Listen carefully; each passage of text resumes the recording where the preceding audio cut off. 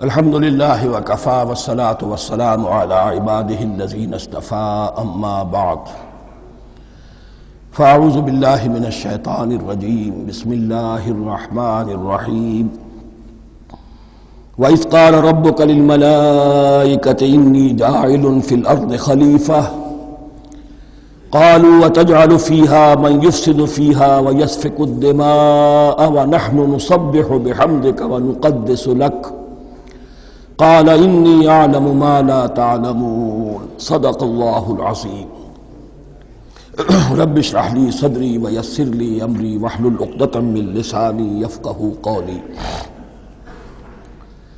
جیسا کہ میں نے عرض کیا تھا، سورہ بقرہ کے پہلے 4 رکوع نہایت اہم ہیں، نہایت جامع ہیں۔ پہلے 2 رکوعوں میں 3 قسم کے انسانوں کی وضاحت کی گئی، 3 قسم کے کردار کے نقشے کھینچ دیے گئے۔ تیسرے رکوع میں قرآن مجید کی دعوت کا خلاصہ آ گیا، توحید فی العقیدہ، توحید فی العمل، یعنی عبادت اللہ کی، ایمان بالرسالت، قرآن مجید کو منزل من اللہ کلام ماننا۔ اس میں اگر شک ہے تو جو بھی چیلنج تھا، اگر واقعتاً تمہیں شک ہے، حقیقت میں شک نہیں ہے، لیکن جیسا کہ تم کہہ رہے ہو کہ تمہیں شک ہے تو کوشش کرو اس کے مقابلے کی ایک صورت بنانا ہو۔ پھر آخرت، جنت اور دوزخ، ان دونوں کا تذکرہ ہو گیا۔ پھر ایک خاص مسئلہ جو قرآن مجید کے اسلوب پر اعتراض کی شکل میں آیا کہ اس میں مچھر جیسی حقیر شے کا بھی تذکرہ ہے، اس کی حکمت بیان کر دی گئی کہ تشبیہ اور تمثیل میں ظاہر بات ہے کہ ممثل لہو اور ممثل بہی میں مناسبت چاہیے۔ جس چیز کے لیے تمثیل بیان کی جا رہی ہے، جس شے سے تمثیل بیان کی جا رہی ہے، ان میں مناسبت ہونی چاہیے، اس میں عظیم یا حقیر کا کوئی سوال نہیں۔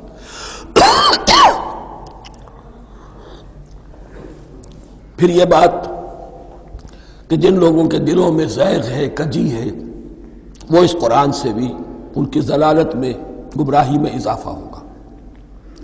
جو لوگ طالب حق ہیں ان کو یہ قرآن مجید ہدایت دے گا، اور کن کو اللہ گمراہ کرتا ہے؟ جو سرکش ہے، جو نمبر 1 اللہ سے جو عہد کر کے دنیا میں آئے تھے اس کی خلاف ورزی کر رہے ہیں، اور صلہ رحمی کے بجائے قطع رحمی کرتے ہیں۔ اس کے بعد ایک بہت اہم فلسفیانہ بات آ گئی، اور اسی کے ضمن میں میں نے اصل میں یہ ساری بات دہرائی ہے۔ میں نے کہا تھا کہ یہ بات واضح ہوگی آگے جا کر سورہ غافر میں۔ پھر ذہن میں لائیے کہ جب یہ صورت نازل ہوئی ہے، سورہ غافر نازل ہو چکی تھی، لہذا یہاں اجمالی تذکرہ ہے، وہاں تفصیلی تذکرہ ہے۔ اہل جہنم کا قول نقل ہوا ہے، ربنا امتنا اثنتین واحییتنا اثنتین فاعترفنا بذنوبنا فہل الی خروج من سبیل۔ اے اللہ، تو نے 2 مرتبہ ہم پر موت وارد کی، 2 مرتبہ ہمیں زندہ کیا، اب ہم نے اپنے قصور تسلیم کر لیے، تو اب یہاں سے بھی کوئی اور مرحلہ ہے یا نہیں؟ یہاں سے نکلنے کا بھی کوئی راستہ ہے یا نہیں؟ اس سے حقیقت یہ واضح ہوئی، انسان کی تخلیق اول ہوئی عالم ارواح میں، صرف ارواح کی حیثیت سے، اور حدیث میں آتا ہے الارواح جنود مجندہ، لشکروں کی شکل، تمام انسان۔ ان سے عہد لیا گیا الست بربکم قالوا بلی، پھر سلا دیا گیا ارواح کو۔ یہ گویا کہ پہلی موت تھی جو ہم گزار آئے۔ پھر عالم خلق کا مرحلہ آیا۔ عالم خلق میں یہ تناسل کے ذریعے سے رحم مادر میں جب ایک جنین تیار ہوتا ہے تو ایک حدیث ہے حضرت عبداللہ ابن مسعود سے، 4 مہینے کا جب جنین ہو جاتا ہے تو اس کے بعد وہ روح لا کر اس میں پھونک دی جاتی ہے۔ یہ گویا کہ احیاء اولا ہو گیا، پہلی مرتبہ کا زندہ کیا جانا، پہلی موت کی نیند سے جگا دیا گیا۔ اے تازہ واردان بساط ہوائے دل، اب ہم اس دنیا میں اس جسد کے ساتھ زندہ ہوئے، اب پھر موت آئے گی، جسد یہی چلا جائے گا جہاں سے آیا تھا، روح جہاں سے آئی تھی وہاں واپس جائے گی. ثم یمیتکم ثم یحییکم ثم الیہ ترجعون، پھر تمہیں اللہ کی طرف لوٹا دیا جائے گا.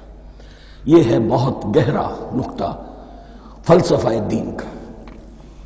اس کے بعد مضمون شروع ہو رہا ہے خلافت کا، جس کا اجمالی جو ہے تذکرہ تیسرے رکوع کی آخری آیت میں آ گیا.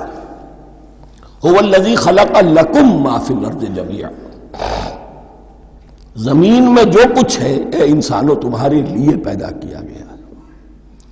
اسی کے ساتھ جڑتا ہوا مضمون اب خلافت کا آ رہا ہے.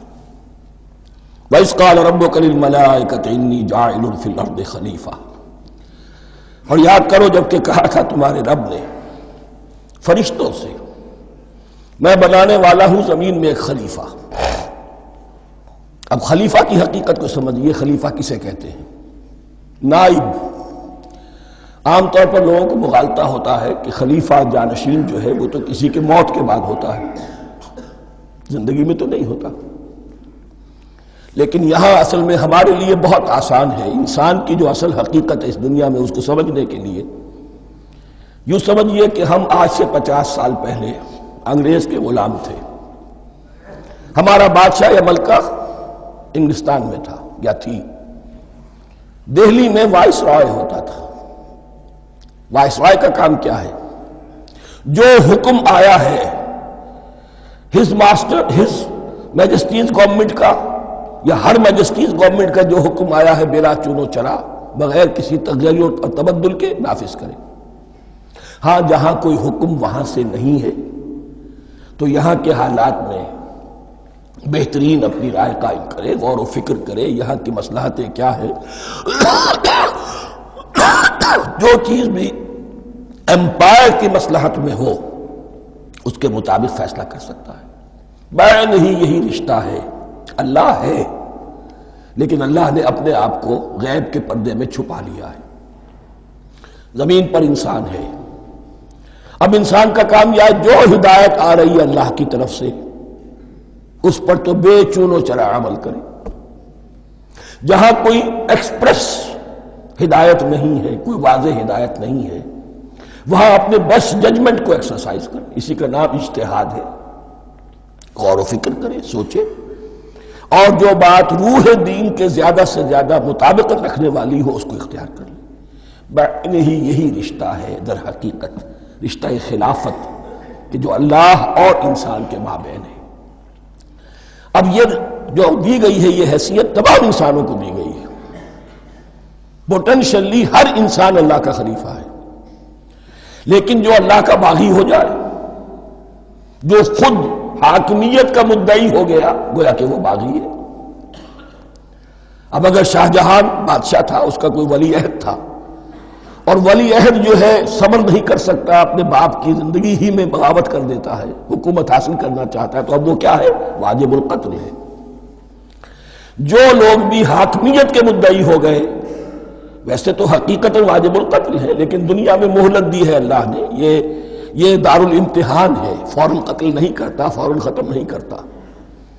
وَلَوْلَا كَلِمَةٌ سَبَقَتْ مِنْ رَبِّكَ إِلَىٰ أَجَلٍ مُّسَمًّى لَقُضِيَ بَيْنَهُمْ، اگر یہ پہلے بات طے نہ ہو چکی ہوتی، ایک وقت معین تک کے لیے انہیں مہلت اللہ نے نہ دی ہوتی تو اللہ فیصلہ چکا دیتا. لیکن مہلت دی ہے. لیکن کم سے کم اتنی سزا ملتی ہے کہ اب وہ خلافت کے حق سے محروم کر دیے گئے. گویا کہ اب خلافت دنیا میں ہوگی خلافت المسلمین. صرف وہی شخص کہ جو اللہ کو مانے اپنا حاکم مطلق، وہ خلافت کا اہل ہے. تو یہ چند باتیں خلافت کی اصل حقیقت کے ضمن میں یہیں پر سمجھ لیجیے. وَإِذْ قَالَ رَبُّكَ لِلْمَلَائِكَةِ إِنِّي جَاعِلٌ فِي الْأَرْضِ خَلِيفَةً قَالُوا أَتَجْعَلُ فِيهَا مَن يُفْسِدُ فِيهَا وَيَسْفِكُ الدِّمَاءَ وَنَحْنُ نُسَبِّحُ بِحَمْدِكَ وَنُقَدِّسُ لَكَ. اور یاد کرو جب کہ تمہارے رب نے کہا تھا فرشتوں سے کہ میں زمین میں خلیفہ بنانے والا ہوں، تو انہوں نے کہا کہ کیا تو بنائے گا اس میں جو فساد مچائے گا اس میں اور خوریزی کرے گا. وَنَحْنُ نُسَبِّحُ بِحَمْدِكَ وَنُقَدِّسُ لَكَ، ہم آپ کی تسبیح اور تحمید اور آپ کی تقدیس میں لگے ہوئے ہیں. قَالَ إِنِّي أَعْلَمُ مَا لَا تَعْلَمُونَ، فرمایا میں جانتا ہوں جو تم نہیں جانتے. اب یہاں سوال پیدا ہوتا ہے کہ فرشتوں کو یہ گمان کیسے ہوا یا یہ خیال کیسے ہوا؟ دو رائے ہیں اس میں۔ ایک تو یہ کہ انسان کی تخلیق سے پہلے اس دنیا میں جنات تھے اور انہیں بھی کچھ اللہ نے تھوڑا سا اختیار دیا تھا اور انہوں نے یہاں فساد مچایا۔ انہی پر قیاس کرتے ہوئے فرشتوں نے سمجھا کہ انسان بھی پھر زمین میں فساد مچائے گا، خونریزی کرے گا۔ ایک دوسری اصولی بات یہ کہی گئی ہے کہ خلافت کا لفظ جب استعمال ہوا تو اس کے معنی ہے کہ کوئی نہ کوئی اختیار بھی ملے گا۔ جنات کے بارے میں خلافت کا لفظ کہیں نہیں آیا، انسان کے بارے میں آ رہا ہے۔ خلیفہ بالکل بے اختیار نہیں ہوتا، جیسا کہ میں نے عرض کیا، جہاں واضح حکم ہے تو اس کی تو تنفیذ، جہاں نہیں ہے وہاں اپنی رائے سے جتنا بھی بہتر سے بہتر سوچ سکتا ہو انسان رائے قائم کرے۔ یہ اختیار جو ہے، ظاہر بات ہے جہاں اختیار ہوگا صحیح استعمال ہونے کا بھی امکان ہے، غلط استعمال ہونے کا بھی امکان ہے۔ اختیار تو بلکہ یہ کہ آپ کا پولیٹیکل سائنس کا تو ایکسیم یہ ہے، authority turns to corrupt and absolute authority corrupts absolutely۔ تو ٹینڈنسی کرپشن کی ہوتی ہے اختیار کے اندر۔ اس بنا پر انہوں نے قیاس کیا کہ اس میں فساد ہوگا، خونریزی ہوگی۔ اللہ تعالیٰ نے فرمایا اپنی حکمتوں سے میں خود واقف ہوں، میں کیوں بنا رہا ہوں یہ میں جانتا ہوں، تم نہیں جانتے۔ وَعَلَّمَ آدَمَ الْأَسْمَاءَ كُلَّهَا، اور اللہ نے سکھا دیے آدم کو تمام کے تمام نام۔ اب اس میں بھی ایک رائے تو یہ ہے، بلکہ اس میں تقریباً اجماع ہے مفسرین کا، کہ اس سے مراد ہے تمام اشیاء کے نام، اور تمام اشیاء کے نام سے مراد ہے ان کی حقیقت کا علم۔ ہیومن نالج جو ہے، اگر آپ اس کا تجزیہ کریں گے تو وہ یہی ہے کہ انسان ایک چیز کو پہچانتا ہے، پھر اس کے لیے ایک نام رکھتا ہے یا کوئی ٹرم اس کے لیے قائم کرتا ہے۔ اس نام یا ٹرم اور اس کے حوالے سے، اصطلاح کے حوالے سے بہت سے حقائق کو اپنے ذہن کے اندر محفوظ کرتا ہے۔ تو گویا کہ ان علمہ آدم الاسماء کلہا، تمام نام سکھا دیے کل مادی کائنات کے اندر جو کچھ وجود میں آنے والا تھا، ان سب کی حقیقت سے پوٹینشلی حضرت آدم کو آگاہ کر دیا۔ یہ پوٹینشل علم ہے، ہیومن نالج، جو ایکوائرڈ نالج ہے، جو انسان کو سم اور بسم اور اپنے اس دماغ کے کمپیوٹر کے ذریعے سے حاصل ہوتا ہے۔ ایک ہے ریویلڈ نالج جو اللہ وحی کے ذریعے سے بھیجتا ہے، ایک ہے ایکوائرڈ نالج، انسان خود علم حاصل کرتا ہے۔ اس نے آنکھوں سے دیکھا، کان سے سنا، نتیجہ نکالا، اور اس کمپیوٹر نے اس کو پروسیس کیا، اس نتیجے کو کہیں میموری کے اندر سٹور کر لیا۔ یہ کمپیوٹر ہے بہت بڑا۔ پھر کچھ اور دیکھا، کچھ اور سنا، کچھ چھو کر معلوم ہوا، کچھ چکھ کر معلوم ہوا، کچھ سونگھ کر معلوم ہوا، کوئی اور نتیجہ نکلا، اسے وہ پاس میموری کے ساتھ اس کو ٹیلی کیا اور نتیجہ نکالا۔ اس طرح رفتہ رفتہ ان السمع والبصر والفؤاد کل اولئک کان عنہ مسئولا، یہ ایکوائرڈ نالج تین چیزوں سے انسان کو حاصل ہو رہا ہے، سماعت، بصارت اور یہ عقل، جو فائدہ اخذ کرتی ہے، جو اس کو پروسیس کرتی ہے، اس تمام جو سینس ڈیٹا اس کو مہیا ہوتا ہے سینس آرگنز کے ذریعے سے۔ یہ علم ہے جو پوٹینشلی حضرت آدم کو دے دیا گیا۔ اس کی ایکسفولیشن ہو رہی ہے، اب درجہ بدرجہ وہ علم پھیل رہا ہے، بڑھ رہا ہے، اور بڑھتے بڑھتے کہاں تک پہنچے گا ہم کچھ نہیں کہہ سکتے۔ کہاں سے کہاں پہنچ گیا انسان۔ اس نصف صدی کے اندر علم انسانی میں جو ایکسپلوژن ہوا ہے، میں اور آپ اس کا تصور تک نہیں کر سکتے۔ اکثر بڑے بڑے جو سائنسدان ہیں انہیں تصور نہیں ہے، اس لیے کہ ایک شخص اپنی لائن فزکس کے بارے میں جانتا ہے کیا کچھ ہو گیا، یا فزکس کی بھی کسی شاخ کے بارے میں جانتا ہے، باقی دوسری جو لائن ہے اسے کچھ پتہ نہیں۔ اسپیشلائزیشن کا دور ہے، لہذا جو ایکسپلوژن کہا جائے، دھماکہ ہوا ہے علم کا، اس کا کوئی اندازہ نہیں ہے ہمارے پاس، اور کس تیزی کے ساتھ وہ چیز آگے بڑھ رہی ہے، کس تیزی کے ساتھ ایک چیز آج جو ایجاد ہوئی چند دنوں کے اندر اندر اس کے بعد اس کا نیا کوئی ورشن آ جاتا ہے اور یہ چیز جو ہے آبسولیٹ ہو جاتی ہے۔ کمیونیکیشن کے اندر جو انقلاب عظیم برپا ہوا ہے، تو آپ یہ سمجھیے کہ اقبال نے جو شعر کبھی کہا تھا کہ عروج آدم خاکی سے انجم سہمے جاتے ہیں کہ یہ ٹوٹا ہوا تارا مہ کابل نہ بن جائے۔ اور یہ مہ کامل بنے گا کب؟ جب دجال کی شکل اختیار کرے گا۔ دجال کون ہوگا؟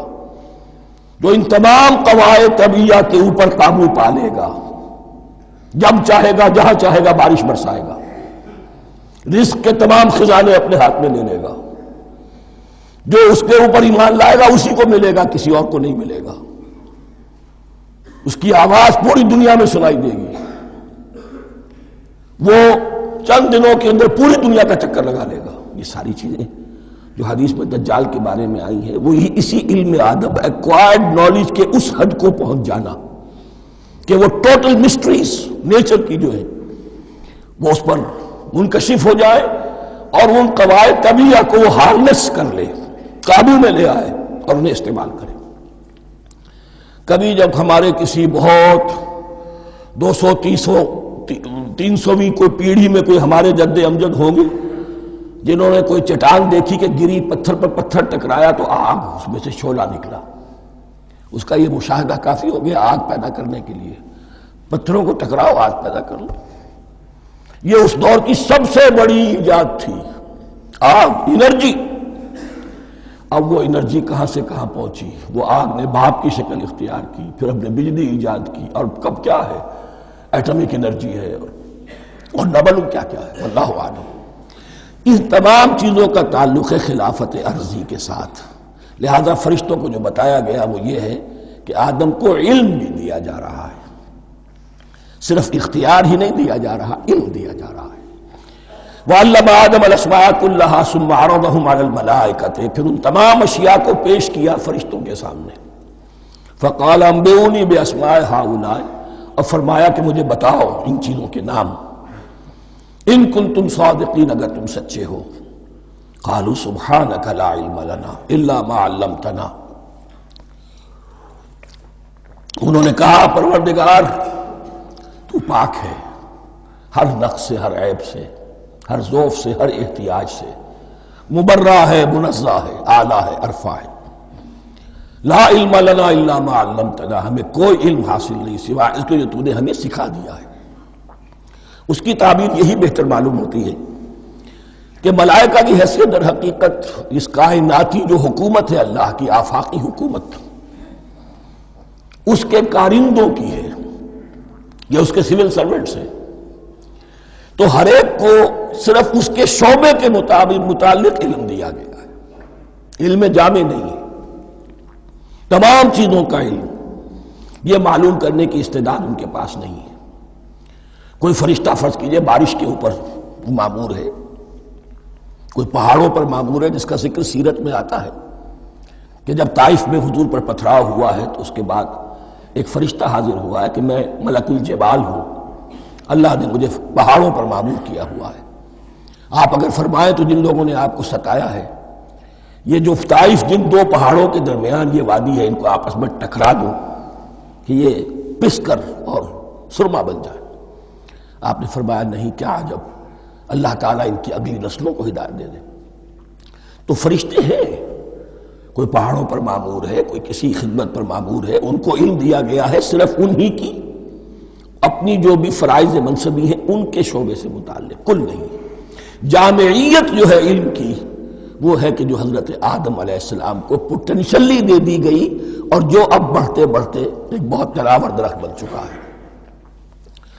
سبحانک لا علم لنا الا ما علمتنا انک انت العلیم الحکیم، یقیناً آپ ہی کی ذات ہے جو کل کے کل علم کی حامل ہے اور جس کے اوپر حکمت بھی، جس کی حکمت بھی کامل ہے، باقی تو ہر مخلوق میں سے ہر ایک کا علم ناقص رہے گا۔ العلیم، کل علم کا جاننے والا تو ہی ہے، الحکیم، کل حکمت وہ تو تیرے ہی پاس ہے۔ قال یا آدم انبئہم باسمائہم، اللہ نے فرمایا کہ آدم ان کو بتاؤ ان کے نام۔ فلما انباہم باسمائہم، تو جب انہوں نے بتا دیے ان کو، فرشتوں کو، ان کے نام، قال الم اقل لکم انی اعلم غیب السماوات والارض، تو اللہ نے فرمایا کہ میں نے کہا نہیں تھا کہ میں جانتا ہوں آسمانوں اور زمین کی تمام غائب چیزوں کو جو تمہاری نگاہوں سے بھی اوجھل ہے، غیب، میں ہر شے کا جاننے والا ہوں۔ وَأَعْلَمُ مَا تُبْدُونَ وَمَا كُنْتُمْ تَكْتُمُونَ، اور میں جانتا ہوں جو کچھ تم ظاہر کر رہے تھے اور جو کچھ تم چھپا رہے تھے۔ چھپانے میں محسوس ہوتا ہے کہ ان کی خواہش یہ تھی کہ خلافت ہمیں ملے. ہم خدام ادب ہیں، ہر وقت تسبیح و تحمید اور تقدیس میں مصروف ہیں، جو حکم ملتا ہے بجا لاتے ہیں، تو یہ خلافت کسی اور مخلوق کو کیوں ملے؟ یہاں صرف یہ اور بتا دوں کہ یہ چونکہ اب ایک تیسری مخلوق کا ذکر بھی بعد میں آئے گا، 3 صاحب تشخص مخلوقات ہیں اللہ کی، صاحب تشخص، صاحب شعور، جن میں میں کا شعور ہے، انا، میں. ایک ملائکہ ہے، ان کی تخلیق نور سے ہوئی ہے. ایک انسان ہے جن کی تخلیق گارے سے ہوئی ہے. ایک جنات ہیں جن کی تخلیق آگ سے ہوئی ہے. باقی حیوانات ہیں، ان میں شعور تو ہے، خود شعور ہی نہیں ہے. Self consciousness, there is a world of difference between consciousness and self consciousness. انسان جب دیکھتا ہے تو اس کو یہ بھی معلوم ہے میں دیکھ رہا ہوں. کتا بلہ دیکھتا ہے، اسے یہ اندازہ نہیں ہوتا کہ میں دیکھ رہا ہوں. دیکھنے کا ایک نتیجہ ہے جو نکل آتا ہے، لیکن میں کا وجود نہیں ہے. یہ انا، سیلف، ایگو، یہ انسان میں ہے، جنات میں ہے، شعور میں اور فرشتوں میں ہے. ایک نوری مخلوق، ایک ناری مخلوق، ایک زمین کے اس کرسٹ میں، یہ جو مٹی اور گارے، مٹی اور پانی کا جو ملغوبہ ہے گارے کی شکل میں، اس سے بنا ہے. قال يا آدم انبئهم باسمائهم فلما انباهم باسمائهم قال الم اقل لكم اني اعلم غيب السماوات والارض واعلم ما تبدون وما كنتم تكتمون واذ قلنا للملائكه اسجدوا لآدم فسجدوا الا ابلیس. اور یاد کرو جب کہ ہم نے کہا فرشتوں سے سجدہ کرو سب کے سب آدم کو، جھک جاؤ آدم کے سامنے. فسجدوا، ان سب نے سجدہ کیا، الا ابلیس، سوائے ابلیس کے. پہلی بات تو یہ سمجھیے کہ تمام ملائکہ کے سجدے کی ضرورت کیا تھی؟ کیا یہ صرف تعظیماً تھا؟ اور تعظیماً اگر تھا تو کیا آدم خاکی کی تعظیم تھی یا کسی اور شے کی تعظیم تھی؟ مکی صورتوں میں یہ بات 2 جگہ واضح کی گئی ہے. فَإِذَا سَوَّيْتُهُ وَنَفَخْتُ فِيهِ مِن رُوحِي فَقَعُوا لَهُ سَاجِدِينَ. جب میں اس آدم کی تخلیق مکمل کر لوں اور اس میں اپنی روح میں سے پھونک دوں، تب گر پڑنا اس کے سامنے سجدے میں. تعظیم اگر ہے تو آدم خاکی کی نہیں ہے، اس کے اندر جو ڈیوائن ایلیمنٹ ہے، جو ڈیوائن سپارک ہے، جو روح ربانی ہے، میری روح، اس کی ہے. اور نمبر 2، اس کی حکمت کیا ہے، علت کیا ہے، غرض و غایت کیا ہے؟ جیسا کہ میں نے عرض کیا، اس کائنات کی اس حکومت کے کارندے تو وہ ہیں. خلیفہ بنایا جا رہا انسان کو، جب تک یہ ساری سول سروس اس کے تابع نہ ہو خلافت کیسے کرے گا؟ دیکھیے میں جانا چاہتا ہوں، چوری کرنے کے لیے جانا چاہتا ہوں، راستے میں کتنے فیکٹرز ہوں گے، کتنے فزیکل فینومینا ہوں گے. میں چلنا چاہتا ہوں، میں زمین کو دھکیلتا ہوں، زمین مجھے دھکیلتی ہے. زمین مجھے نہ دھکیلے تو میں کیسے چلوں گا؟ یہ پوری کائنات جو ہے، یہ جب ہم کو ارادہ کرتے ہیں اور کوئی فیل کرتے ہیں تو اس فیل کے پورے ہونے میں، اس کے ظہور میں نہ معلوم کون کون سے ایلیمنٹس ہیں، کون کون سی فورسز آف دی نیچر ہیں جو ہمارے ساتھ موافقت کرتی ہے تو ہم وہ کام کر سکتے ہیں. اور ان سب پر فرشتے مامور ہیں، ہر ایک کی اپنی ڈومین ہے. اگر وہ تابع نہ ہوں تو خلافت کی کوئی معنی نہیں. خلافت دی گئی ہے، یہ ادھر جانا چاہتا ہے جانے دو، یہ نماز کے لیے مسجد میں جانا چاہتا ہے جانے دو، یہ چوری کے لیے نکلا ہے نکلنے دو. اس لیے کہ اس کو جو اختیار دیا گیا ہے، اس کے اختیار کے استعمال میں یہ تمام جو قوتیں ہیں وہ اس کے ساتھ موافقت کرتی ہیں، تب اس کا کوئی ارادہ، وہ اچھا ہو یا برا، وہ پایہ تکمیل کو پہنچ سکتا ہے. یہ گویا کہ سبارڈینیشن اس کے لیے سمبل کہ تمام فرشتوں کو جھکا دیا گیا. البتہ اس آیت میں ایک مغالطہ پیدا ہوتا ہے، الا ابلیس، سوائے ابلیس کے. مغالطہ یہ پیدا ہوتا کہ شاید وہ بھی فرشتہ تھا، اس لیے کہ حکم تو فرشتوں کو دیا گیا تھا۔ پھر نوٹ کیجئے اس سے پہلے، بہت پہلے سورہ کہف نازل ہو چکی ہے، اور سورہ کہف میں فرما دیا گیا ہے کان من الجن ففسق عن امر ربی، وہ جن تھا پس اس نے سرکشی کی اپنے رب کے حکم سے۔ فرشتے کی شان یہ نہیں ہے، وہ اللہ کے کسی حکم کی سرتابی نہیں کرتا۔ لا یعصون اللہ ما امرہم ویفعلون ما یؤمرون، وہ اللہ کے کسی حکم کی نافرمانی نہیں کرتے اور جو حکم ملتا ہے بجا لاتے ہیں۔ یہ جنات کے اندر اختیار تھا، جیسے اختیار انسانوں کو دیا گیا ہے۔ جنات میں نیک بھی ہیں، بد بھی ہیں، اعلیٰ بھی ہیں، ادنا بھی ہیں، جیسے انسانوں میں۔ لیکن یہ عزازیل جو جن تھا، علم اور عبادت دونوں کے اعتبار سے بہت بلند ہو گیا تھا، اور یہ فرشتوں کا یوں سمجھیے کہ ہم نشین، فرشتوں کے ساتھ اس طور سے شامل، جیسے بہت سے انسان بھی اگر اپنی بندگی میں، زہد میں، عبادت میں، نیکی میں ترقی کریں تو ان کا ملائے اعلیٰ کے ساتھ، عالم ارواح کے ساتھ، عالم ملائکہ کے ساتھ ایک رابطہ قائم ہوتا ہے۔ اسی طریقے سے وہ جو عزازیل تھا، جن ہونے کے باوجود اپنی نیکی، عبادت، پارسائی اور اپنے علم میں فرشتوں سے بہت آگے تھا، اس لیے معلم الملکوت کی شکل اختیار کر چکا تھا۔ اس کو اپنی ذوق تھا، یہ بات جیسا کہ میں نے عرض کیا 7 مرتبہ قرآن میں یہ بات آئی ہے، قصہ ابلیس و آدم، کہ فرشتوں کو حکم ہوا کہ سجدہ کرو، سب جھک گئے، ابلیس نے سجدے سے انکار کر دیا 7 مرتبہ۔ یہ 7ویں مرتبہ ہے جو ہم پڑھ رہے ہیں، مصحف میں پہلی مرتبہ آ رہا ہے، ترتیب نزول میں 7ویں مرتبہ آ رہا ہے۔ یہ آدم و ابلیس کا قصہ اس سے آگے سورہ اعراف میں آئے گا، پھر سورہ ہجر میں آئے گا، سورہ بنی اسرائیل میں آئے گا، سورہ کہف میں آئے گا، سورہ طٰہٰ میں آئے گا، سورہ صاد میں آئے گا، 6 مرتبہ مکی قرآن میں، 1 مرتبہ یہاں۔ تو یہاں اشارہ نہیں کیا، اس لیے مغالطہ ہو سکتا ہے، لیکن یہ کہ سورہ کہف میں آپ کو بتا چکا ہوں کان من الجن ففسق عن امر ربی، اس نے اپنے رب کے حکم سے سرتابی کی۔ نام اس کا عزازیل تھا، ابلیس اس کا صفاتی نام ہے اب، اس لیے کہ اب لسیبلسو کے معنی ہوتے ہیں مایوس ہو جانا، یہ اللہ کی رحمت سے بالکل مایوس ہے، اور مایوس جو ہو جائے وہ شیطان ہو جاتا ہے۔ اب میرا تو چھٹکارا نہیں ہے، جتنوں کو برباد کر سکوں کروں، میری تو عاقبت خراب ہو چکی ہے، جتنوں کو اپنے ساتھ، ہم تو ڈوبے ہیں سنم، تم کو بھی لے ڈوبیں گے۔ اب وہ شیطان اس معنی میں کہ انسان کی عداوت اس کی گھٹی میں پڑ گئی، اس نے اللہ سے پھر اجازت بھی لی کہ مجھے مہلت دے دے، یوم یبعثون، قیامت تک کے دن کے لیے، تو میں ثابت کر دوں گا کہ یہ آدم اس رتبے کا حقدار نہ تھا، مستحق نہ تھا جو اسے دیا گیا۔ انا خیر منہ، میں اس سے بہتر ہوں، خلقتنی من نار وخلقتہ من طین، تو نے مجھے آگ سے بنایا، اسے گارے سے بنایا۔ لیکن یہ تکبر ہے در حقیقت کہ جس نے اسے راندہ درگاہ حق کر دیا۔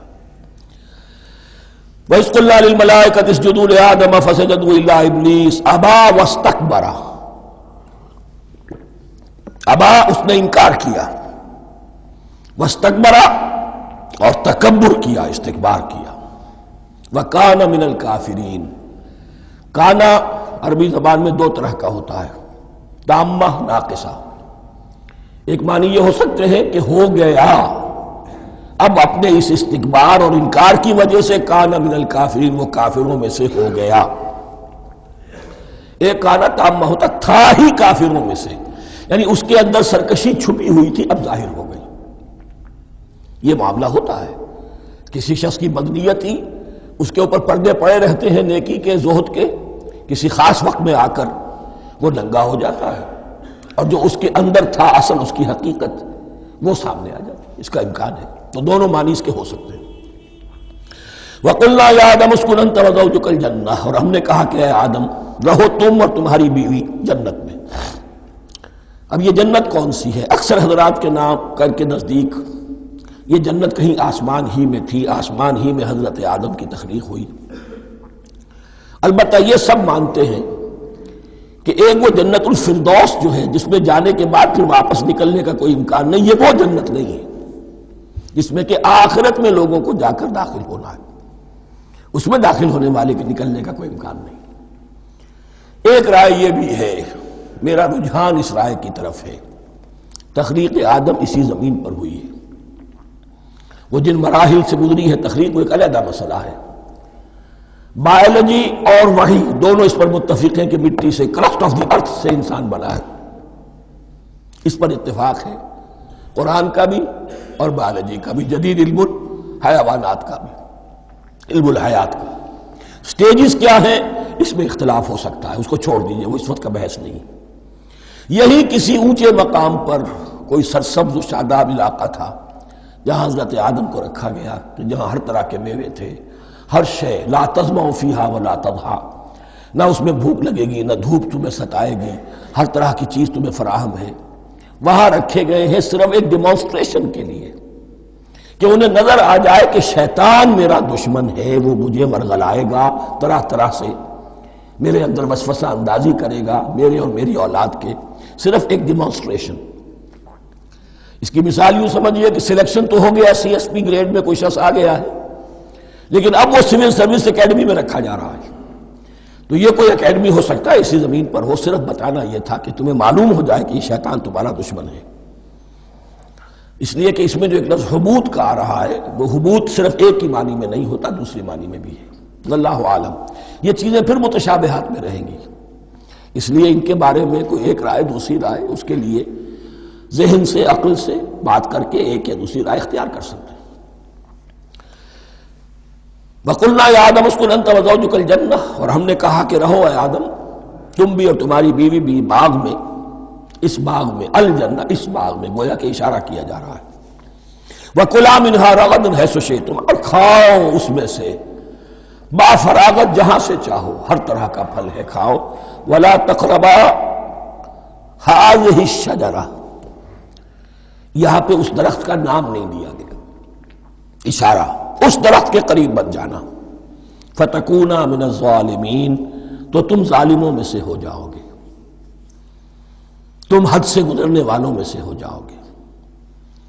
اب اس کی بھی حکمت سمجھیے کہ چونکہ ڈیمانسٹریشن کرانی ہے کہ تمہیں کسی چیز سے، ہزار چیزیں مباح ہیں دنیا میں، چند چیزیں پینے کی حرام ہیں، اب تم اگر ان ہزار مباح چیزوں کو چھوڑ کر حرام چیز کو پیتے ہو تو یہ تمہارا اختیار ہوا، جبکہ اللہ تعالیٰ نے مباحات کا دائرہ بہت وسیع رکھا ہے۔ جس سے چاہو چند رشتے ہیں جو بیان کر دیے گئے، یہ حرام ہے، محرمات ہے، ابدیہ ہیں، ان سے تو شادی نہیں ہو سکتی، باقی کسی مسلمان عورت سے دنیا کے کسی کونے میں وہ شادی کر سکتے، کروڑوں کے آپشنز آپ کے لیے خالی کھلے ہیں، لیکن پھر بھی انسان شادی نہ کرے، زنا کرے، یہ گویا کہ اس کی اپنی خباثت نفس ہے۔ ایک نہیں، دو دو، تین تین، چار چار تک شادی کرو، اجازت ہے تمہیں۔ تو اس اعتبار سے مباحات، اب یہ پورا باغ تمہارے لیے مباح ہے، بس ایک درخت ہے، اس کے پاس نہ جانا، اور درخت کا نام لینے کی کوئی ضرورت نہیں، تو آزمائش تھی نا، صرف ایک آزمائش اور اس کی ڈیمانسٹریشن۔ فَأَزَلَّهُمَا الشَّيْطَانُ عَنْهَا، تو پھسلا دیا ان دونوں کو شیطان نے اس درخت کے بارے میں۔ اب وہ کس کس طریقے سے پھسلایا، یہ بھی جیسا کہ میں نے عرض کیا 6 مرتبہ چونکہ یہ قصہ آ چکا ہے، اس کی آپ کو سورہ طٰہٰ میں تفصیل ملے گی، کس کس طریقے سے پھسلایا اور اس بات کے لیے تیار کیا۔ فَأَخْرَجَهُمَا مِمَّا كَانَا فِيهِ، تو نکلوا دیا ان دونوں کو اس کیفیت میں سے جس میں کہ وہ تھے، وہ کیفیت کہ نہ کوئی مشقت ہے، نہ کوئی محنت ہے، اور انسان کو ہر طرح کا اچھے سے اچھا پھل مل رہا ہے، تمام ضروریات فراہم ہیں، اور خاص کوئی حلہ جنت ہے جس کا کہ لباس بھی عطا کیا گیا ہے۔ لیکن ان کیفیات سے اب نکال کر، اب جسے آپ کہیں گے bitter facts of life، اچھا اب جاؤ، یہ ڈیمانسٹریشن کرنی تھی، ہو گئی، شیطان تمہارا دشمن ہے، تمہارا اور تمہاری نسل کا، شیطان لعین، اور وہ تمہیں پھسلائے گا جیسے آج پھسلایا ہے۔ تم آگاہ رہنا اس کی شرارتوں سے، ان الشیطان لکم عدو فاتخذوہ عدوا، یہ شیطان تمہارا دشمن ہے، اسے اپنا دشمن ہی سمجھو۔ لیکن یہ ہے کہ اگر کچھ لوگ اسے دوست بنا لیں، اس کے ایجنٹ بن جائیں، اس کے کارندے بن جائیں، یہ ان کا چوائس ہے جس کی سزا انہیں ملے گی۔ فَأَخْرَجَهُمَا مِمَّا كَانَا فِيهِ وَقُلْنَا اهْبِطُوا بَعْضُكُمْ لِبَعْضٍ عَدُوٌّ، اور ہم نے کہا اترو، تم سب ایک دوسرے کے دشمن ہوگے۔ اب یہ چونکہ جمع کا صیغہ آیا ہے، ایک دوسرے کے دشمن ہوگے، تو ایک دشمنی تو شیطان اور آدم اور ذریت آدم کی ہے، ایک اور دشمنی بھی ہے جو انسان میں مرد اور عورت کے مابین ہے۔ عورت بھی پھسلاتی ہے، غلط راستے پر ڈالتی ہے، مرد عورتوں کو گمراہ کرتے ہیں، عورتیں مردوں کو گمراہ کرتی ہیں۔ قرآن مجید میں کہا گیا یا ایھا الذین آمنوا ان من ازواجکم واولادکم عدوا لکم فاحذروہم، اے اہل ایمان چوکنے رہو، چوکس رہو، تمہاری بیویوں اور اولاد میں سے تمہارے دشمن ہیں، بچ کر رہو، کیپ الرٹ، کہیں ان کی محبت تمہیں راہ حق سے منحرف نہ کر دے۔ تم ایک اچھا کام کرنا چاہتے ہو، بیوی رکاوٹ بن گئی، بیوی کو اچھا کام کرنا چاہتی، شوہر رکاوٹ بن گیا، تو یہ محبت نہیں ہے، یہ عداوت ہے۔ اس حوالے سے بعضکم لبعض عدو وَلَكُمْ فِي الْأَرْضِ مُسْتَقَرٌّ وَمَتَاعٌ إِلَىٰ حِينٍ، اور تمہارے لیے اب زمین میں مستقر ہے، جائے قیام ہے اور متاع ہے، ضرورت کی چیزیں ہیں ہم نے فراہم کر دی ہیں، إِلَىٰ حِينٍ، لیکن ایک وقت معین تک کے لیے، یہ ابدی نہیں ہے، ایک وقت آئے گا یہ بساط ہم لپیٹ دیں گے۔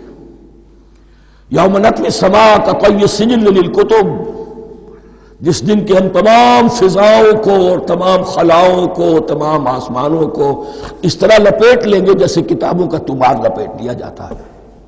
ایک وقت آئے گا، یہ تخلیق الی اجل مسمى ہے، الی حین ہے۔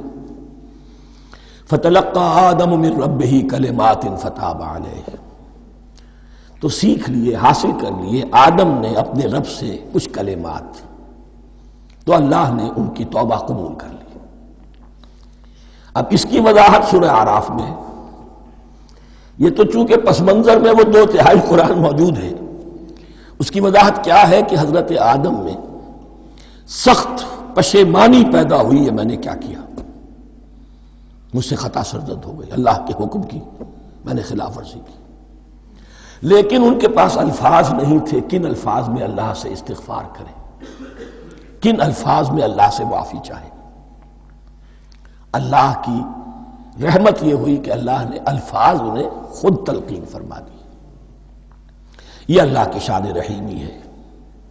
اصل شے جو ہے وہ انسان کے اندر گناہ پر ندامت کا پیدا ہو جانا ہے، یہ اصل توبہ ہے۔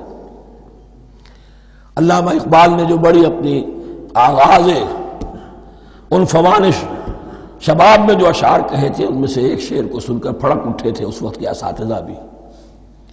موتی سمجھ کے شان کریمی نے چن لیے، قطرے جو تھے میرے عرق انفعال کے، انفعال کہتے ہیں شرمندگی کو، شرمندگی سے میری پیشانی پر جو پسینے کے قطرے نمودار ہو گئے، میرے پروردگار کو وہ اتنے عزیز ہوئے، اس نے انہیں موتی کی طرف چن لیا۔ موتی سمجھ کے شان کریمی نے چن لیے، قطرے جو تھے میرے عرق انفعال کے۔ تو فتلقى آدم من ربہ کلمات، ان پر پچھتاوا ہوا، ندامت ہوئی، اللہ نے انہیں الفاظ، وہ الفاظ کیا تھے وہ سورہ اعراف میں ہیں، ربنا ظلمنا انفسنا وان لم تغفر لنا وترحمنا لنکونن من الخاسرین، اے اللہ ہم نے اپنی جانوں پر ظلم کیا ہے، اور اگر تو نے ہمیں بخش نہ دیا اور رحم نہ فرمایا تو ہم تو خسارہ والوں میں ہو جائیں گے، تباہ ہو جائیں گے، برباد ہو جائیں گے۔ یہی پر فوری تقابل موجود ہے۔ غلطی ابلیس سے بھی ہوئی، حکم سے سرتابی ہوئی، لیکن اس پر ندامت نہیں ہوئی، تکبر کی بنا پر اور اکڑ گیا، انا خیر منہ۔ غلطی آدم سے بھی ہوئی، نافرمانی ہوئی، لیکن اس پر پشیمان ہوئے اور توبہ کی۔ وہ شیطنت ہے، یہ آدمیت ہے، ورنہ کوئی انسان گناہ سے اور معصیت سے مبرہ نہیں ہے۔ حضور کی ایک حدیث ہے کلو بنی آدم کلکم خطاؤون کلو بنی آدم خطاؤون وخیر الخطائین التوابون، آدم کے تمام اولاد تمام انسان خطا کار ہیں، ان خطا کاروں میں بہتر وہ ہیں، اچھے وہ ہیں جو توبہ کرتے ہیں۔ تو یہاں حضرت آدم سے غلطی ہوئی، انہوں نے توبہ کی، پشیمانی ہوئی، ندامت ہوئی، اس نے کی اور اس پر جم گیا، اصرار کیا۔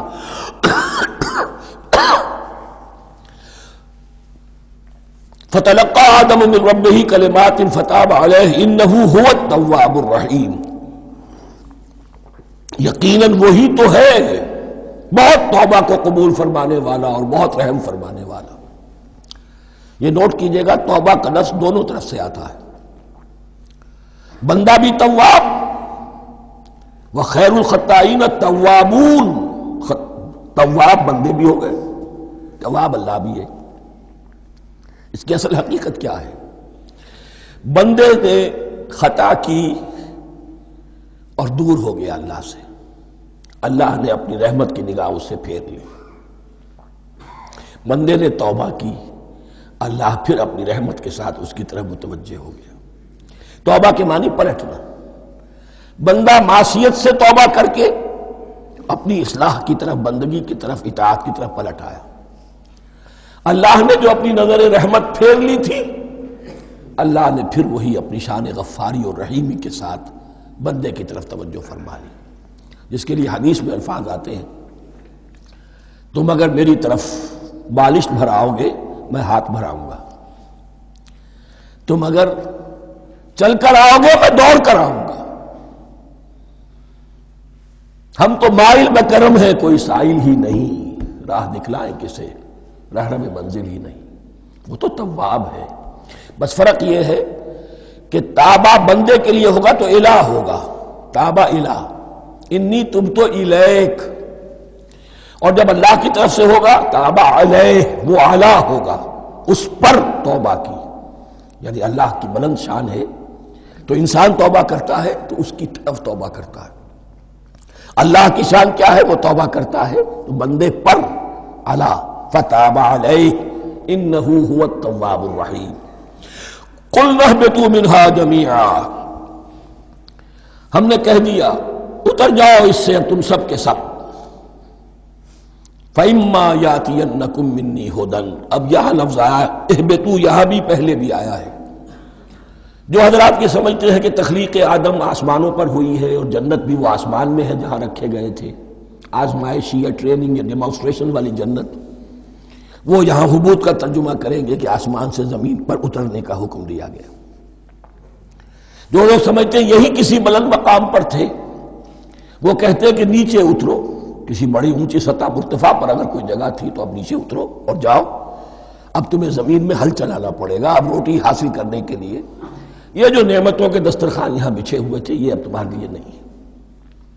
اس کے لیے اس معنی میں اس لفظ کا استعمال جو ہے وہ آ جائے گا آگے چل کر اسی سورہ بقرہ کے اندر، کہ اس معنی میں بھی سورہ بقرہ کے 7ویں رکوع میں یہ لفظ استعمال ہوا ہے، تو امکان اس کا بھی ہے۔ بس اس سے آگے ادھر یا ادھر کی زیادہ بحث کرنے کا یہ موقع دورہ ترجمہ قرآن میں نہیں ہے۔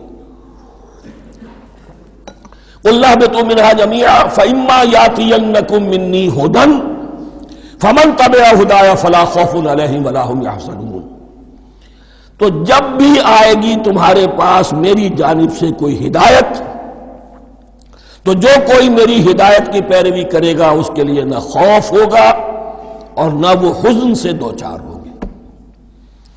یہ ہے علم انسانی کا دوسرا گوشہ، ریویلڈ نالج۔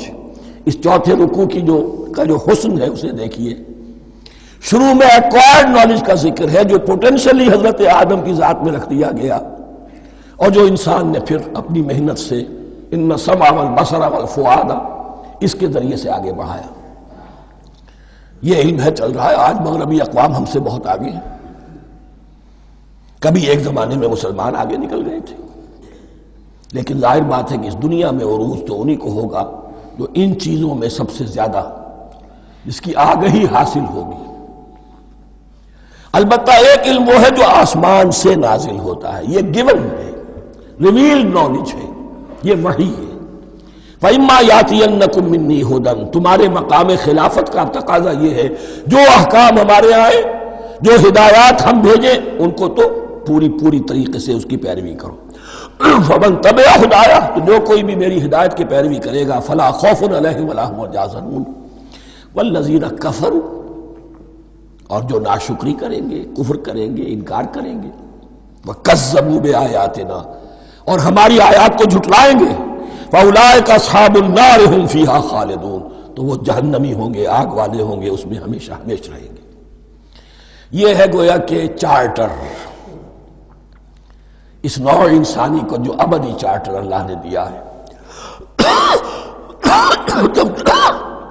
جبکہ زمین کا چارج دے دیا گیا خلیفہ کی حیثیت سے۔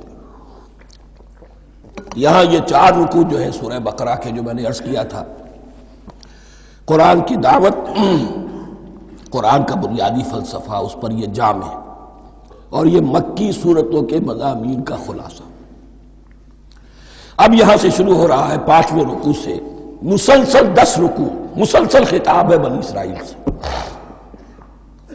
البتہ ان میں ایک تقسیم ہے، پہلے رکوع میں دعوت ہے۔ دعوت جب ہوتی ہے تو آمادہ کرنا، تشویق، ترغیب، دلجوئی، نرمی، یہ دعوت کے اجزاء لا ینفک ہیں، اس کے بغیر دعوت مؤثر نہیں ہوتی۔ لہذا ان 7 آیات میں یہ یوں سمجھیے کہ ان 10 رکوعوں کے لیے یہ بمنزلہ فاتحہ ہے، جیسے سورہ فاتحہ 7 آیتوں کی، ایسے ہی اس دعوت سابقہ امت مسلمہ کو دعوت دی جا رہی ہے۔ تو کس طرح دی جا رہی ہے؟ یہ کون تھے؟ یہ بھی مسلمان ہی تو تھے نا، کافر تو ہو گئے حضور کا انکار کر کے، ورنہ وہ موسیٰ کے ماننے والے، شریعت ان کے پاس، بڑے بڑے علماء ان میں، علم کا چرچا ان میں، سب کچھ تھا، ان کو دعوت دی جا رہی ہے۔ لیکن میں اس لیے آپ کو چاہتا ہوں، اس کو توجہ دلا رہا ہوں، آج اگر مسلمانوں میں جو غافل ہو گئے، اپنی حقیقت کو بھول گئے، اپنے فرض منصبی سے غافل ہو گئے، دنیا کے اور قوموں کی طرح کی ایک قوم بن کر رہ گئے، اگر کوئی ایک داعی گروہ کھڑا ہو، کوئی جماعت، کوئی فرد، اور اس سے جماعت بنے، تو ظاہر بات ہے سب سے پہلے اسے اسی امت کو دعوت دینی ہوگی، اس لیے کہ دنیا تو اسلام کو پہچانے گی اس امت کے حوالے سے۔ فزیشن ہیل تھائی سیلف، پہلے یہ تو ٹھیک ہو، یہ کہیں پر صحیح اسلام کا نمونہ پیش کرے تو دنیا کو دعوت دے سکو گے، آؤ دیکھو یہ ہے اسلام۔ اس لیے ان کو جو دعوت دینے کا اسلوب ہونا چاہیے وہ عکس ہوگا اس اسلوب کا جو ان 7 آیات میں ہمارے سامنے آ رہا ہے۔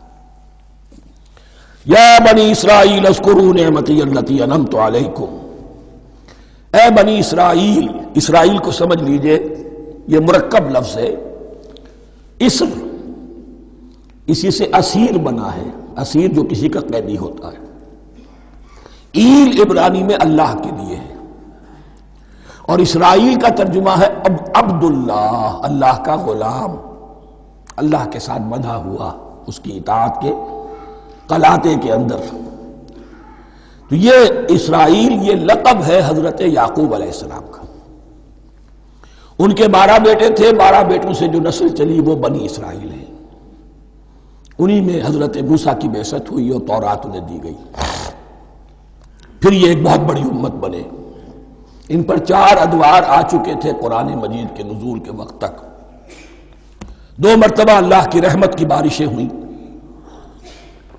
انہیں عروج نصیب ہوا، 2 مرتبہ ان کو دنیا پرستی، شہوت پرستی، اللہ کے احکام کو پس و پیش ڈال دینے کی سزا میں عذاب کے کوڑے ان پر برسے۔ اس کا ذکر آئے گا سورہ بنی اسرائیل کے پہلے رکوع میں۔ اس وقت جب کہ قرآن نازل ہو رہا ہے، اس وقت وہ اپنے اس زوال کے دور میں تھے۔ حال یہ تھا کہ حضور صلی اللہ علیہ وسلم کی بعثت سے پہلے ہی 2nd ٹیمپل بھی شہید کیا جا چکا تھا، گرایا جا چکا تھا۔ حضرت سلیمان نے جو بنایا تھا ہیکل سلیمانی، جس کو یہ 1st ٹیمپل کہتے ہیں، اسے نیبوکدنضر نے گرا دیا تھا حضرت مسیح سے بھی کئی سو سال پہلے۔ لیکن اس کے بعد پھر یہ رومنز نے سن 70 عیسوی میں حضور کی ولادت سے 500 برس پہلے ان کا یہ یروشلم تباہ و برباد ہوا، اس میں لوگوں کو قتل کیا گیا، قتل عام ہوا، اور سیکنڈ ٹیمپل جو ہے وہ بھی گرا دیا گیا، جو اب تک گرا پڑا ہوا ہے۔ صرف ایک ویلنگ وال ہے جس کے پاس جا کر یہودی جو ہے ماتم کر لیتے ہیں، روتے ہیں، اور اب وہ بنانے پر تلے ہوئے ہیں اپنا تھرڈ ٹیمپل، اس کے نقشے بن چکے ہیں، بلو پرنٹ بن چکے ہیں۔ لیکن بہرحال جس وقت قرآن نازل ہو رہا تھا یہ بہت ہی پستی میں تھے۔ اس کے بارے میں فرمایا، اے بنی اسرائیل ذرا یاد کرو میرے اس انعام کو جو تم پر ہوا۔ وہ انعام کیا ہے؟ میں نے تمہیں اپنی کتاب دی، نبوت سے سرفراز فرمایا، اپنی شریعت تمہیں عطا فرمائی، تمہیں داؤد، تمہارے اندر داؤد اور سلیمان جیسے بادشاہ اٹھائے جو بادشاہ بھی تھے، نبی بھی تھے۔ وَأَوْفُوا بِعَهْدِي، اور میرے وعدے کو پورا کرو تاکہ میں بھی اپنے وعدے کو پورا کروں۔ یہ وعدہ ہے جو کتاب استثناء جو ہے اولڈ ٹیسٹمنٹ کی، ڈیوٹرانومی، اس کے 18ویں باب کی آیت نمبر 18 اور 19 میں ہے۔ حضرت موسیٰ سے خطاب کر کے اس میں اللہ نے یہ الفاظ فرمائے، میں ان کے بھائیوں میں سے تیرے مانند ایک نبی برپا کروں گا اور اس کے منہ میں اپنا کلام ڈالوں گا، اور وہ وہی کچھ بتائے گا جو میں اس سے کہوں گا۔ یہ گویا کہ حضرت موسیٰ علیہ السلام کی امت کو بتایا جا رہا تھا کہ نبی آخر الزمان آئیں گے اور تمہیں انہیں قبول کرنا ہے۔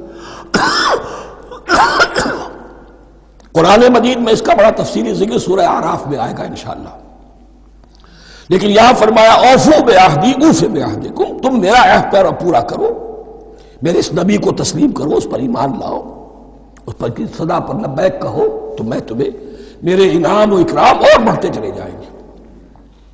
وَإِيَّايَ فَارْهَبُونِ، اور صرف مجھ سے ڈرو۔ وَآمِنُوا بِمَا أَنزَلْتُ مُصَدِّقًا لِمَا مَعَكُمْ، اور ایمان لاؤ اس پر جو میں نے نازل کیا ہے، جو تمہارے پاس جو تورات ہے اس کی تصدیق کرتے ہوئے آیا ہے۔ اس کے دو معنی ہے، ایک تو قرآن تصدیق کرتا ہے تورات کی اور انجیل کی، فیہا ہدی و نور، فیہ ہدی و نور، اور دوسرے یہ کہ قرآن اور محمد صلی اللہ علیہ وسلم ان پیشین گوئیوں کے مصداق بن کر آئے ہیں جو تورات میں تھی، ورنہ وہ پیشین گوئیاں جھوٹی ثابت ہوتی۔ ان کے مصداق کون ہے؟ قرآن اور محمد صلی اللہ علیہ وسلم۔ یہ دونوں معنی اس کے ہیں۔ وَآمِنُوا بِمَا أَنزَلْتُ مُصَدِّقًا لِمَا مَعَكُمْ وَلَا تَكُونُوا أَوَّلَ كَافِرٍ بِهِ، اور دیکھو تم ہی سب سے پہلے ان کا کفر کرنے والے نہ بن جاؤ۔ تمہیں تو سب کچھ معلوم تھا، تم تو منتظر تھے، تم تو آخری نبی کے انتظار میں تھے اور ان کے حوالے سے دعائیں کیا کرتے تھے کہ اللہ اس نبی آخری زمان کے واسطے سے ہماری مدد فرما اور کافروں کے مقابلے میں ہمیں فتح عطا فرما۔ یہ آئے گا آگے چل کر اسی سورۃ بقرہ کے اندر۔ لیکن اب تم ہی سب سے بڑھ کر کافر ہو گئے، تم ہی سب سے بڑھ کر دشمن ہو گئے۔ وَلَا تَكُونُوا أَوَّلَ كَافِرٍ بِهِ وَلَا تَشْتَرُوا بِآيَاتِي ثَمَنًا قَلِيلًا، اور دیکھو میری ان آیات کے عوض حقیر سی قیمت قبول نہ کرو۔ یہ آیات الہیہ ہیں، ان کو رد کر رہے ہو کس لیے؟ ہماری مسندیں، ہماری حیثیت، ہماری چودراہٹیں، کہیں ان پر کوئی آنچ نہ آ جائے۔ حقیر سی چیزیں، یہ صرف اس دنیا کا سامان ہے، اس کے سوا کچھ نہیں۔ وَلَا تَشْتَرُوا بِآيَاتِي ثَمَنًا قَلِيلًا وَإِيَّايَ فَاتَّقُونِ، اور صرف مجھ سے تقوی اختیار کرو، میرا تقوی اختیار کرو۔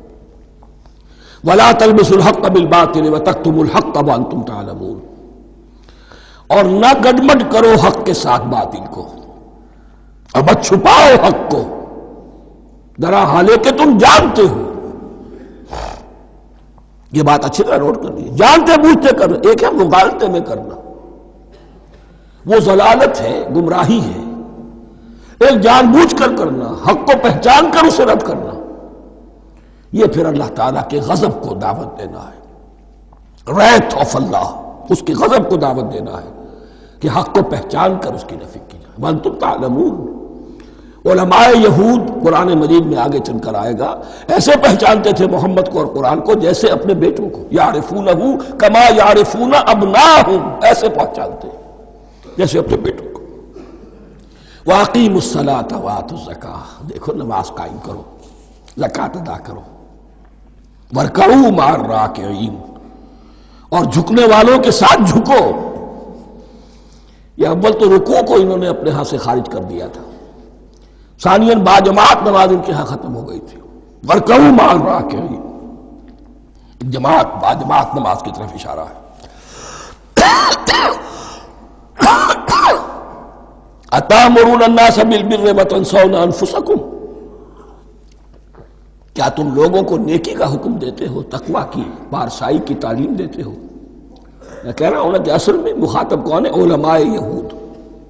اس آیت سے ثابت ہو گیا عالم ہمارا بھی جب بھی کھڑا ہوگا اونچے سے اونچا آواز کہے گا، اعلیٰ سے اعلیٰ بات کہے گا۔ اکثر و بیشتر کا حال یہ ہے کہ ان کا اپنا کردار دیکھیے تو کوئی مناسبت ہی نہیں اس سے کہ جو وہ بات کہہ رہا ہے، جو لوگوں کو دعوت دے رہا ہے اس پر خود عمل نہیں۔ تو یہی در حقیقت علماء یہود کا کردار بن چکا تھا۔ أَتَأْمُرُونَ النَّاسَ بِالْبِرِّ وَتَنْسَوْنَ أَنفُسَكُمْ، کیا تم لوگوں کو نیکی کا حکم دیتے ہو اور خود اپنے آپ کو بھول جاتے ہو؟ وَأَنْتُمْ تَتْلُونَ الْكِتَابَ، اور یہ سب کچھ تم کر رہے ہو اس حال میں کہ کتاب پڑھتے بھی ہو، تورات پڑھتے ہو، صاحب تورات ہو۔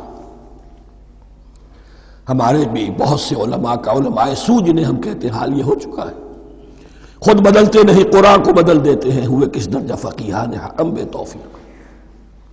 جو صورتحال ہے صرف قرآن کا متن بچا ہوا ہے، اس کے مفہوم میں، اس کی تفسیر میں، اس کے ترجمے میں تو تحریفیں موجود ہیں، بڑی بڑی تحریفیں موجود ہیں، متن بچا ہوا ہے، وہ اس لیے کہ اللہ تعالیٰ نے اس کی حفاظت کا ذمہ لیا ہے۔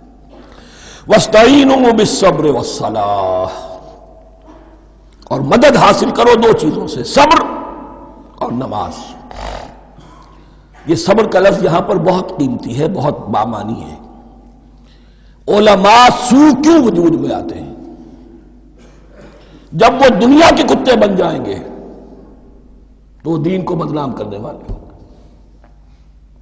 بظاہر دینی مناسب ہیں لیکن اصل میں ان کے پردے میں دنیا داری کی جا رہی ہے، صبر نہیں، بس صبر کے ساتھ اور نماز کے ساتھ، اس لیے کہ آپ صحیح راستے پر آئیں گے۔ اگر کوئی عالم دین لوگوں پر تنقید کرے گا، لولا ینہاہم الربانیون والاحبار، کیوں نہیں روکتے ان کے علماء اور ان کے اولیاء اور صوفیاء ان کو حرام کھانے سے اور جھوٹ بولنے سے؟ اگر کوئی شخص روکے گا اس کو پھر نذرانے تو نہیں ملیں گی، اس کی خدمتیں تو نہیں ہوگی۔ اگر تو دنیا میں صبر اختیار کرنا ہے تب تو آپ حق بات کہہ سکتے ہیں، اور اگر دنیاوی ایمبیشنز ہیں تو پھر آپ کو کہیں نہ کہیں کمپرومائز کرنا پڑے گا۔ وَاسْتَعِینُوا بِالصَّبْرِ وَالصَّلَاةِ، صبر اور نماز۔ وَإِنَّهَا لَكَبِیرَةٌ، اور یقیناً یہ بہت بھاری شے ہے، بہت بھاری شے ہے۔ عام طور پر خیال یہ ہے کہ انہا کی ضمیر صرف صلاۃ کی طرف جاتی ہے، نماز بہت بھاری ہے۔ ایک رائے یہ ہے کہ نہیں، یہ پورے طرز عمل کی طرف جا رہی ہے۔ یہ طرز عمل کہ خود صبر کرو، اس دنیا میں صبر کرو، دنیا اور دنیا کے متعلقات میں کم سے کم پر قانع ہو جاؤ اور حق کا بول بالا کرنے کے لیے میدان میں آ جاؤ، یہ طرز عمل۔ اور اس میں پھر نماز، الصلاۃ عماد الدین۔ وَإِنَّهَا لَكَبِیرَةٌ إِلَّا عَلَى الْخَاشِعِینَ، یہ یقیناً بہت بھاری چیز ہے، یہ روش، یہ رویہ بھی بہت بھاری اور نماز بھی بہت بھاری ہے، سوائے ان خشوع رکھنے والوں کے، ڈرنے والوں کے جن کے دل جھک گئے ہیں اللہ کے سامنے۔ الذین یظنون انہم ملاقو ربہم، جنہیں یہ یقین ہے کہ انہیں اپنے رب سے ملاقات کرنی ہے، جیسا کہ میں نے شروع میں توجہ دلائی تھی، وبالآخرۃ ہم یوقنون، یہ ایمان بالآخرت ہے جو انسان کو سیدھا رکھتا ہے عمل کے میدان میں۔ الذین یظنون انہم ملاقو ربہم وانہم الیہ راجعون، اور جنہیں یہ یقین ہے کہ بالآخر اسی کی طرف ہمیں لوٹنا ہے۔ بارک اللہ لی ولکم فی القرآن العظیم ونفعنی وإیاکم بالآیات والذکر الحکیم۔